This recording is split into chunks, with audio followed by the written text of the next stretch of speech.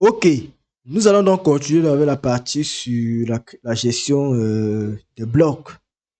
Si vous vous rappelez très bien, l'un des éléments importants que nous avons parlé lorsqu'on parlait de la création du site internet, j'avais bien parlé également de la partie bloc, notamment qui intervient ici là lorsqu'on fait des sites web vitrines, voilà, des sites web de prestation de services, bon, qui sont toujours des sites vitrines, si je peux me permettre.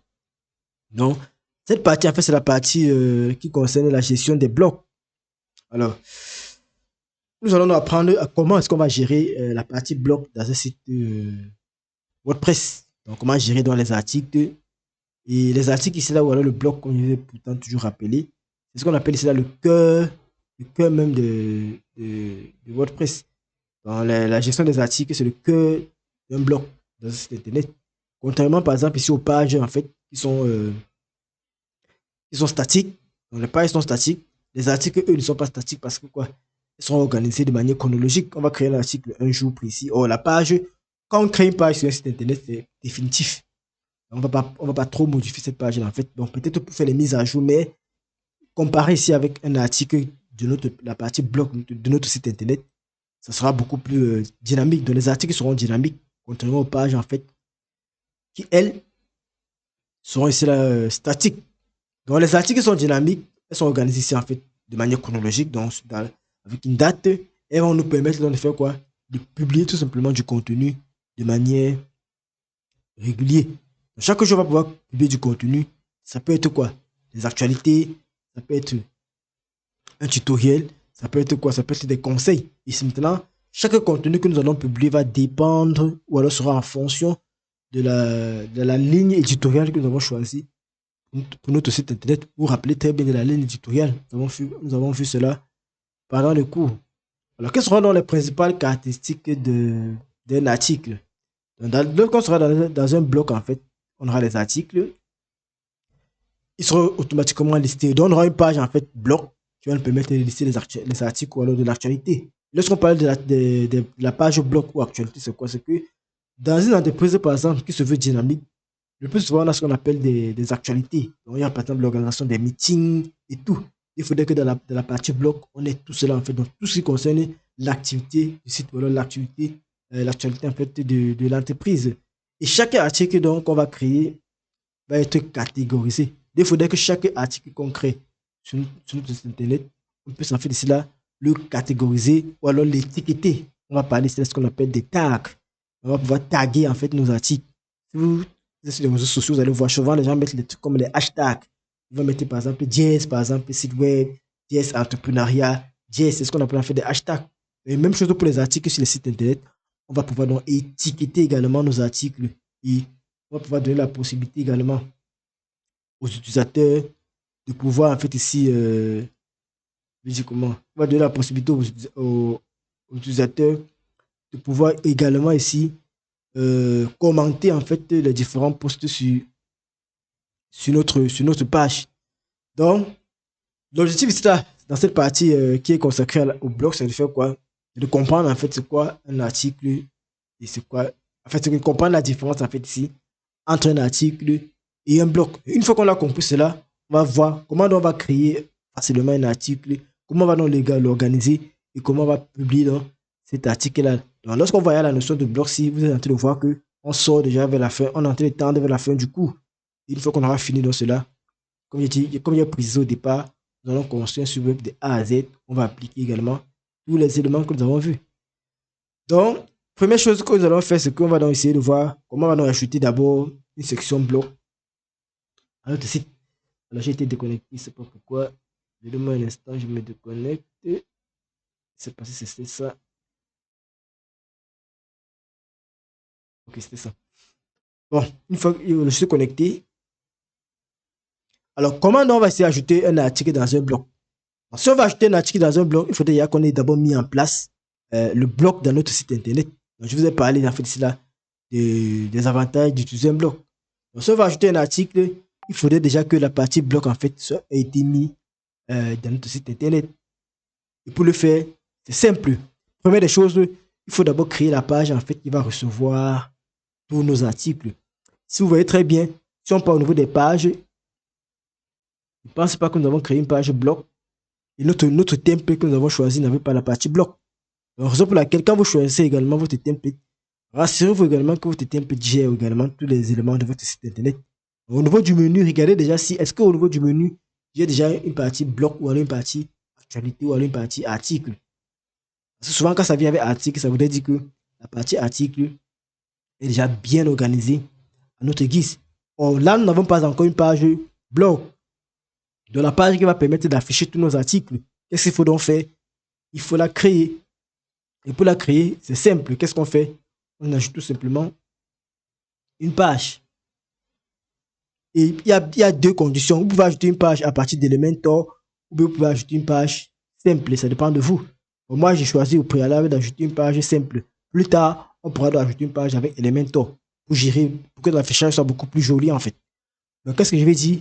Je vais dire que c'est ma page blog. Je ne vais pas mettre de contenu. Et clique tout simplement sur publier. Alors, ma page a été publiée. Je peux nous afficher dans ma page. Vous voyez que ma page elle est vide. Maintenant, qu'est-ce qu'il faut faire? Il faut donc faire afficher cette page dans mon menu de navigation et faire en sorte que les articles que je vais publier en fait puissent s'afficher dans cette page. Bon, la première chose à faire, c'est de faire quoi? On va tout simplement d'abord modifier notre menu pour afficher ici là en fait le titre blog. Comment le faire? On vient donc tout simplement sur monter notre méthode. On va aller sur personnaliser. Lorsqu'on est sur personnaliser, on va chercher donc ici là le menu. C'est la deuxième méthode. Si vous vous rappelez très bien, je vous avais montré notre méthode où on passait au niveau du tableau de bord. Là, on va passer au niveau de personnalisation. Et on va tout simplement au niveau du menu. Qui est au niveau du menu, il y a l'entête ici. Et il y a le menu principal. Ça, c'est pour l'organisation. Donc, ce n'est pas ici là que je veux venir concrètement. Je vais chercher la menu. Une fois que je suis sur menu, je cherche donc menu principal. Je pense bien que c'était menu principal. Donc c'était top navbar. Menu principal, c'est le menu que nous avons créé nous-mêmes. Le menu utilisé actuellement, c'est quoi? C'est regardez bien, ça me dit même tout simplement que attendez, agrandi. Actuellement, régler sur le menu principal. Donc, je vais tout simplement cliquer sur lui.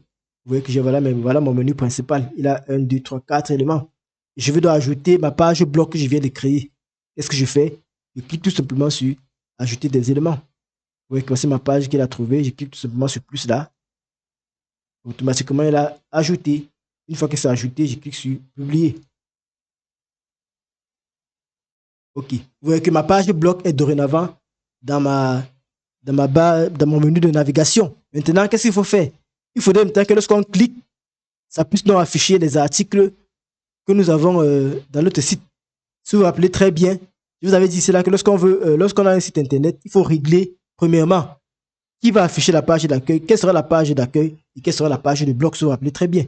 Donc pour ce faire, on va tout simplement venir ici là, toujours au niveau de personnaliser, on va descendre tout simplement, on va dire réglage de la page d'accueil, Lorsqu'on va cliquer dessus, donc on va configurer qui va afficher la page accueil. La page d'accueil est affichée par la page qui s'appelle Home. On ne modifie pas cela. Également, la page d'article va être affichée par quoi? Rien n'était défini. On va sélectionner tout simplement la page en question. On clique sur sélectionner. On cherche la page qui va afficher les articles. Ce sera la page bloc. Une fois qu'on a sélectionné, qu'est-ce qu'on fait? On clique tout simplement sur publier. Ici, on a déjà un aperçu. Vous voyez que le titre de la page a disparu. Parce que c'est une page bloc. Donc, c'est uniquement les articles qu'on a publiés qui vont s'afficher dans la page en question. Donc, une fois que cela est fait, on a donc ici là créé, on a déjà donc mis en place notre système de blocs. Donc, on peut déjà se vanter que on peut déjà ajouter des articles. Donc, si on ajoute directement un article là, directement l'article va s'afficher ici. Donc, vous voyez qu'on a déjà notre système de blocs. Actuellement, nous n'avons aucun article. Comment on va faire pour ajouter un article? L'ajout d'un article est très simple. Pour ajouter un article, on va tout simplement donc accéder, soit ici là, dans la barre de aussi, on va cliquer sur créer, on va dire article, soit on va retourner au niveau du tableau de bord, tout simplement. Une fois qu'on est sur notre tableau de bord, vous voyez qu'on a article ici à gauche, je clique tout simplement sur article. Quand je clique sur article, donc, j'ai dit tous les articles de mon site internet. Vous voyez qu'actuellement, je n'ai aucun article. Alors, si vous vous rappelez très bien, Vous pouvez créer les articles de deux façons différentes. Soit en utilisant un constructeur, le constructeur de WordPress, soit en utilisant le constructeur de Elementor. C'est libre à vous. Mais le plus souvent, pour faciliter le référencement, on va toujours utiliser le constructeur de WordPress parce que c'est beaucoup plus facile. Et puisque c'est un texte qui n'a pas besoin de trop de design. Un article n'a pas besoin de trop de design. Un article est constitué uniquement d'images et de textes. Donc, on n'a pas besoin de faire trop de design. C'est quand ce sont des pages du site, en fait, qu'on va créer tout un design avec Elementor. Mais là, quand c'est un article de blog, on préfère tout simplement créer une page simplement et gérer cela sans problème. Donc, comme c'est dans le tableau de bord, donc, si on veut créer un article, qu'est-ce qu'on va faire? On va donc aller ici à ce niveau, on va cliquer sur ajouter un article. Et quels sont les éléments d'un article? Lorsqu'on va ajouter un article, il y a principalement, je crois, c'est 6 éléments, oui. Premièrement, on a ce qu'on appelle 1, 2, 3, 4, 5, bon, peut-être 6. Il y a premièrement ce qu'on appelle quoi? Le titre de l'article. Après le titre, là, quoi, on a la catégorie auquel appartient l'article. Après la catégorie, on a ce qu'on appelle les étiquettes, en fait. Après, on aura peut-être l'image. Après, on aura l'extrait. Donc, pour vous montrer cela, qu'est-ce que je fais? Lorsque je suis au niveau de l'article, je vais tout simplement ici cliquer sur ajouter un article. Lorsque je clique sur ajouter un article, la page d'ajout d'article va donc se charger. Il faudrait que j'affiche la page de droite là. On va la ramener nous-mêmes. Alors, premièrement, qu'est-ce qu'on a? On doit définir ce qu'on appelle le titre de l'article. Le titre de l'article, c'est quoi? Le titre principal. C'est très important en fait pour le SEO. Parce qu'à partir du titre, en fait, les gens qui vont rechercher les contenus en ligne sur les moteurs de recherche vont pouvoir avoir accès à votre contenu. C'est donc cela qui va donc vous permettre d'être référencé, d'être connu à partir des moteurs de recherche. Après le titre, il y a ce qu'on appelle le contenu. Donc c'est là qu'on va écrire le contenu en fait. C'est-à-dire quoi? Le corps de l'article.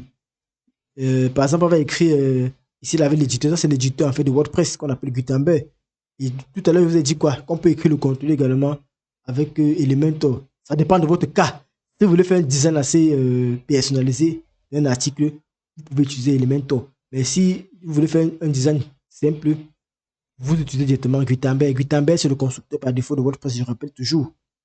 Donc, une fois qu'on a le contenu, il y a ce qu'on appelle également les catégories. Donc, dans un article, également, on a ce qu'on appelle les catégories de l'article.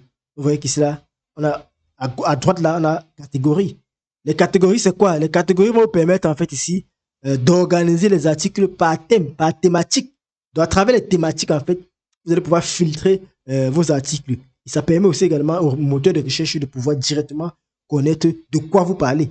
Par exemple, si vous êtes dans un site web qui fait dans la vente en ligne et que vous avez un blog, donc forcément, vous allez mettre, par exemple, les thèmes en fonction, par exemple, des les types de produits, ça peut être possible. Vous allez mettre, par exemple, les thèmes en fonction des marques, ça peut être possible. Donc, c'est vous qui décidez, en fait, quel est le thème que vous allez mettre. Ça permet donc le référencement de votre site. À côté, il y a ce qu'on appelle, en fait, les étiquettes, en fait. Les étiquettes. Alors, à quoi va permettre les étiquettes? Les étiquettes vous permettent tout simplement, en fait, d'ajouter ce qu'on appelle les mots-clés. Les mots-clés sont également très importants, en fait, dans votre site. Ça vous permet aussi d'affiner la classification, en fait, de votre article. Quand vous allez utiliser les bons mots-clés, pourquoi? Parce que dans un article, en fait, on parle d'un sujet. Et le sujet qu'on est en train de parler, en fait, il y a les mots-clés. Donc, si par exemple, j'écris un article, en fait, sur le développement web, il y a des mots-clés que je dois utiliser. Je dois utiliser le web, je dois utiliser page web, je dois utiliser, par exemple, dire que formulaire. Donc, ça, c'est les mots-clés que j'ai dans un article, par exemple, qui parle de page web. Je parle de site internet, je parle de navigation. Donc, ça, c'est les mots-clés, en fait, de l'article. Et tous ces mots-clés-là vont permettre que lorsque quelqu'un va taper, par exemple, en ligne, quelque chose, mon article, en fait, est susceptible, en fait, d'apparaître parmi les résultats de recherche, parmi les premiers, pourquoi pas. Donc, après, dans l'étiquette, c'est ce qu'on appelle ici là, l'image de mise en avant, en fait. L'image de mise en avant ici là va permettre en fait, de donner la miniature de la page d'accueil du bloc ou alors du bloc. Donc, lorsqu'on met une image ainsi en mise en avant, ça veut dire quoi? Lorsqu'on va lister par exemple nos articles, qu'est-ce qui va se passer? On va aller dans bloc. On vient de créer le lien, c'était bloc. On va aller dans bloc. Donc, lorsque tu es dans le bloc, vous allez voir ici là par exemple que mes différents articles que je vais ajouter en fait, ils auront donc ici là une petite image là pour les illustrer.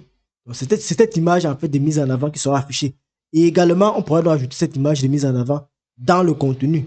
Tout ça va dépendre de nous. Regardez par exemple, ici on a dit to feature image in the post list only. Ça veut dire quoi? On veut donc afficher uniquement, on veut acheter l'image de mise en avant uniquement dans la liste des posts. But hide it in the single post view. Donc également dans la part, ça veut dire quoi? Dans l'article en question, on ne va pas lister, on va pas mettre on va pas vouloir afficher l'image de mise en avant. Donc c'est un paramètre que le plus souvent on peut ajouter. Donc ça dépend de nous. Également, il y a ce qu'on appelle l'extrait. L'extrait, en fait, c'est un résumé, c'est facultatif, c'est un résumé en fait qu'on affiche avant de lire l'article complet. Donc c'est un petit texte qu'on va mettre là pour inciter la personne à vouloir lire l'article. On libre à nous en fait, c'est là de l'ajouter si on veut ou pas. Donc vous avez vu là, je vous ai cité dans les éléments, les différents éléments principaux d'un article de blog. Il y a également ce qu'on appelle le slug. Le slug, c'est quoi? Le slug, ce sera le lien de notre article en fait, donc le lien qu'on pourra partager. Donc si par exemple on fait de la création de site, ça sera par exemple quoi? Le nom de notre site / le nom de l'article. Puisqu'il n'y a pas d'espace, ça sera séparé soit peut-être par les tirets de 8 ou alors soit par les tirets de 6. Donc ça sera libre à vous de voir quelle est la meilleure solution à vous. Donc lorsque vous allez donc publier là, vos articles sur votre blog, il sera essentiel, comme je dis tantôt, de l'organiser soit en catégorie, soit avec les étiquettes. Donc voilà les éléments importants qui vont vous permettre d'organiser votre contenu. Et c'est très important. La catégorie est très importante. Pourquoi? Une fois que vous avez donc défini les catégories, vous saurez donc classer facilement vos articles dans les grandes thématiques. Donc, le système de classement ici, là, c'est un peu comme une hiérarchie.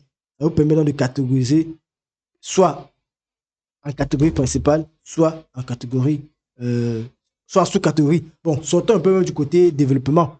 Imaginons par exemple que notre blog parle du culinaire. Si on est plus dans le côté culinaire, la catégorie principale peut être quoi? Ça peut être par exemple les recettes.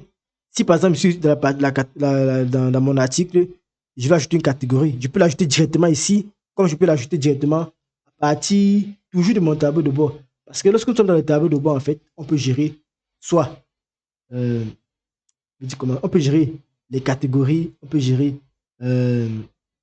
des étiquettes. Donc, tout cela, on peut le gérer ici là, au niveau des articles, en fait. Lorsque nous sommes au niveau des articles, vous voyez très bien, on a tous les articles, on a ajouté un article, on a catégorie, on a étiquette. Donc, si je veux créer les catégories, ou bien si je veux créer les étiquettes, je peux venir directement ici, là, et je les crée pour les réutiliser plus tard. Mais le plus souvent, on n'a pas directement les catégories, mais il y a toujours les catégories principales qu'on va enregistrer. Forcé. Donc, quand vous créez votre site internet, il faut déjà noter sur votre papier quelles sont les catégories principales. C'est important. Mais si on n'a pas les catégories principales, qu'est-ce qu'on va faire? On va tout simplement venir au niveau de la création de l'article. Lorsqu'on sera au niveau de la création de l'article, qu'est-ce qu'on va faire? On va tout simplement venir au niveau de catégorie. Lorsque nous sommes au niveau des catégories, donc voilà, il y a ajouter une catégorie. Lorsque je vais cliquer sur le ajouter une catégorie, je vais tout simplement donc mettre ici là ma catégorie. Je vous parlais tout à l'heure de recettes. Si nous sommes par exemple dans un bloc culinaire, je peux tout simplement mettre ici là, par exemple, recettes. Je dis que c'est la catégorie principale. Donc j'aurai des recettes que je vais faire dans mon site. Et maintenant, après, je peux sélectionner des catégories. Donc je peux associer en fait un article à plusieurs catégories. Et lorsque je crée, ça coche directement. Mais par défaut, vous avez vu ici là quoi? Par défaut, j'ai deux catégories qui existaient. C'est juste générique. Mais moi, si je veux donc créer des articles, des catégories que je veux, je les crée tout simplement et je les coche. Je peux ajouter par exemple d'autres catégories qui s'appellent par exemple dessert. Je tape juste entrée, ça enregistre. J'écris une autre catégorie qui s'appelle par exemple plat principaux. Je tape tout simplement entrée. Vous voyez que donc j'ai ajouté 3 catégories à mon article. Mais lorsque une page en fait a 3 catégories, lorsqu'un article autant pour moi a par exemple 3 catégories, qu'est-ce qu'il faut faire? Il faut toujours sélectionner par une catégorie parente. Donc là, la parente, par exemple, qu'est-ce que je vais prendre? En parente, je vais prendre que c'est plus les recettes. Donc c'est les recettes qui est parent. Puisque dessert et plats principaux font partie de ce qu'on appelle les recettes. Donc je vais donc choisir comme catégorie parente recettes. Donc ça sera défini ainsi. Donc, ce qu'il faut retenir également, c'est que les catégories en fait qu'on va utiliser en fait vont servir à la navigation du lecteur. Donc, quand un lecteur va entrer dans notre site internet, le plus souvent, qu'est-ce qu'on va faire? on va le plus souvent afficher en fait les catégories ici à droite. On va le voir. On va afficher, par exemple, c'est dans un widget. On va afficher un widget ici à droite qui va nous lister toutes les catégories. Ça sera donc facile à l'utilisateur de parcourir les catégories. De même, en fait, on peut modifier cette page ici en fait et mettre une liste ici en haut qui va lister toutes les catégories avant de mettre même les catégories plus bas. Donc c'est très important lorsqu'on travaille en fait. Et ça va servir également, comme j'ai dit tantôt, au SEO. Et ça va permettre à Google ou alors à l'ensemble, aux autres moteurs de recherche en fait, de vous trouver facilement en ligne. Et ce que je peux vous conseiller, c'est que quand vous créez un site internet, pensez toujours, quel que soit votre type de site, pensez toujours à créer un espace bloc. Même si vous ne voulez pas mettre l'espace bloc directement dans votre site internet, vous pouvez créer un sous-domaine. C'est ce que font les grands sites, par exemple. Quand vous allez, par exemple, sur Facebook, Facebook n'a pas la partie bloc directement sur facebook.com. Ils ont bloc.facebook.com. Mais si vous allez, par exemple, sur Google, ils ont tout un site web uniquement pour le bloc. Dans les grandes plateformes, là, quand vous allez, par exemple, sur Amazon, Amazon a tout un sous-domaine à côté pour gérer les blocs. Même chose pour Yahoo, toutes les grosses marques que vous connaissez. Leur bloc, en fait, ils les mettent à côté, à partir d'un sous-domaine. Donc, ils créent un sous-domaine là, qu'on va appeler, par exemple, c'est la bloc. Le nom du site, .com en fait. Mais vous, si c'est une vitrine, vous n'avez pas besoin de créer le bloc en entier. On crée le bloc en sous-domaine le plus souvent quand c'est une application en fait. C'est un site web de type application. Si c'est une vitrine pour présenter une entreprise, pour faire la prestation de service, ou alors pour un simple e-commerce, je précise, vous pouvez le faire directement dans le site comme je l'ai fait ici là pour moi. Si c'est un gros site e-commerce par exemple, que vous voulez toute une entreprise, grosse entreprise de e-commerce, vous pouvez faire la partie bloc à côté pour ne pas mélanger avec la partie produit. Donc voilà les bonnes pratiques que je peux vous donner. Toujours penser à la partie bloc lorsque vous êtes sur votre site internet. Et chaque article que vous créez en fait doit toujours appartenir au moins à une catégorie. Donc à chaque fois que vous allez créer un article, ne faites même pas l'erreur d'oublier de cocher en fait ici là une catégorie. Donc c'est très important. Et un autre élément ici qu'on peut noter, c'est que il faut éviter en fait de créer trop de catégories. Il ne faut pas que, le plus souvent, 3 c'est suffisant. Il faut pas aller à plus de 3. Quand il y a plus de 3 catégories, c'est superflu en fait. Donc il faut privilégier 3. Bon, moi, je partirais même jusqu'à 2 maximum. Donc, une catégorie principale et une sous-catégorie, c'est suffisant. Bon, peut-être 3. Pour le site e-commerce, par exemple, on a jusqu'à 3 niveaux. Ça peut arriver. Mais il faut toujours aller minimum 2, maximum 3 en fait. Donc, catégorie et sous-catégorie. Comme par à 3, ça fait, il y a trop de mélange en fait. Donc après les catégories également qu'on a créées. Donc mon article ici en question, j'ai créé mon article et j'ai déjà les catégories. Une fois que j'ai sélectionné ma catégorie, qu'est-ce que je peux faire maintenant? Je peux lui ajouter les étiquettes. On l'appelle encore les tags. Vous appelez parler d'étiquettes ou alors tags. Les tags, si vous avez compris ce que j'ai dit au début, c'est quoi? Ce sont les mots-clés. Donc les mots-clés qui décrivent tout simplement la façon, de façon plus précise en fait, le contenu de l'article. Contrairement par exemple ici là aux catégories qui elles en fait ne sont pas ici là hiérarchisées. Donc, ici au niveau des étiquettes, on n'a pas de hiérarchie. Pourquoi? Parce qu'on parle d'hierarchie. Pourquoi? Parce qu'on a recette par exemple qui était la première et à l'intérieur des recettes on avait quoi? On avait plat, on avait dessert. Or au niveau des tags, il n'y a pas vraiment une hiérarchie. Par exemple, si on part dans notre cas par exemple ici d'un bloc qui va parler par exemple de dessert, je suppose que votre site web c'est un site web de culinaire qui vend pour la nourriture, le repas par exemple, la livraison par exemple de repas. Donc au niveau par exemple du bloc de l'article par exemple, ça peut être par exemple, je prends un exemple simple, hein. On dit par exemple que bon, l'autre article va peut-être traiter de la tarte au citron. Donc je suppose que le nom de mon article c'est tarte au citron. Maintenant, quelle sera donc la catégorie? La catégorie sera donc bien évidemment dessert. Ça, tout ce temps, c'est un dessert. Donc, une fois qu'on est sur dessert, donc, on va donc décocher les deux ci. C'est un dessert. Il peut donc décocher les deux ci également. Je suppose que c'est un dessert. Ce n'est pas un plat. C'est pas une recette. Bon, c'est vrai que ça peut être une recette. Mais maintenant, au niveau des étiquettes, comment ça se passe? Au niveau des étiquettes, qu'est-ce que va. Par exemple, j'ai dit tarte au citron. Ça sera une recette. Et maintenant, dans cette recette, qu'est-ce qu'on a? On a donc fait une description. Et lorsqu'on va décrire dans cela, on pourra avoir quoi? Le citron va intervenir. Donc, le citron déjà est un mot-clé dans notre article. Forcément, on va encore parler également de tarte. C'est quoi la tarte? On va parler de ça. On va par exemple dire que c'est facile à faire. Donc pour faire la tarte au citron, c'est peut-être facile. On va donc écrire dans notre article que c'est facile. On va vraiment parler au niveau de la santé. On va dire que par exemple c'est sans gluten. Donc c'est un jus naturel. Que ce sera naturel par exemple. On va peut-être indiquer par exemple que c'est sans gluten. Donc ça c'est un exemple en fait pour vous dire que les mots clés en fait sont les mots, sont les contenus en fait qui vont décrire de manière plus précise le contenu. Donc en quelques mots en fait, en quelques mots, ce que parle l'article en fait. C'est un peu son rôle sera de faire quoi? D'améliorer. En fait, lorsqu'on a un article, en fait, c'est ce qu'on appelle le maillage. C'est quoi? La liaison entre les articles et les tags. Donc, les étiquettes que nous allons utiliser vont améliorer ce qu'on appelle le maillage interne. Donc, la liaison entre les mots qu'on utilise, en fait, et l'article au complet.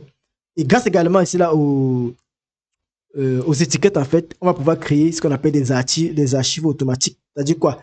Quand par exemple quelqu'un va venir sur le site internet et qui va taper par exemple là, slash par exemple, puisqu'il y aura toujours le lien tag qui va exister, lorsqu'il va cliquer tag et il va cliquer par exemple, si nous sommes dans un site de web, il va taper par exemple, si on a créé par exemple le tag web, donc lorsqu'il va cliquer par exemple tag slash web par exemple, il va voir donc tous les articles en fait qui parlent de web, c'est-à-dire que les articles qu'on a utilisé le mot-clé web.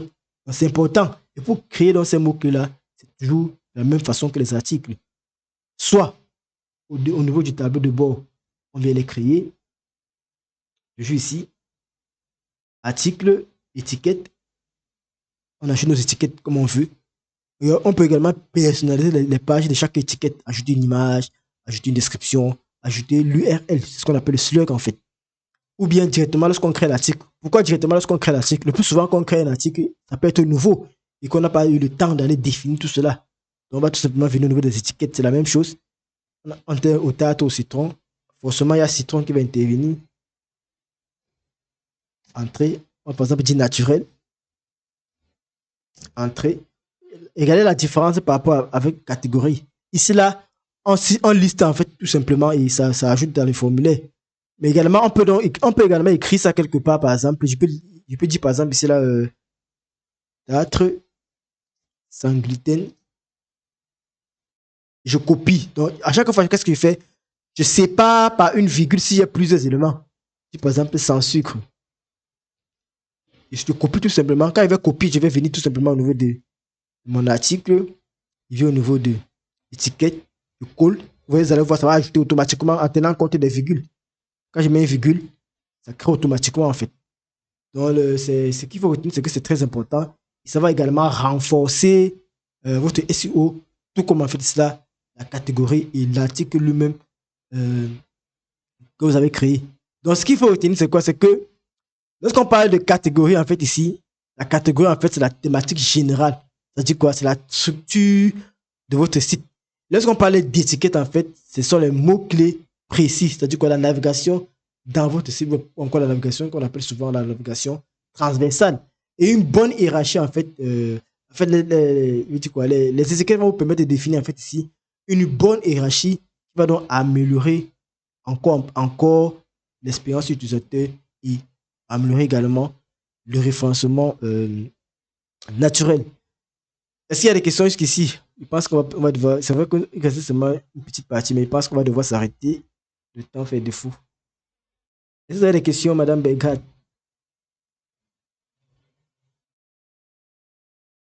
Non, merci. Ok. Donc, la prochaine fois, on va continuer avec comment on va structurer un article. C'est très important dans cette partie que tu es en train de voir. On va donc voir comment on structure un article pour le SEO. Et on va faire un exemple concret. On entre dans le concret.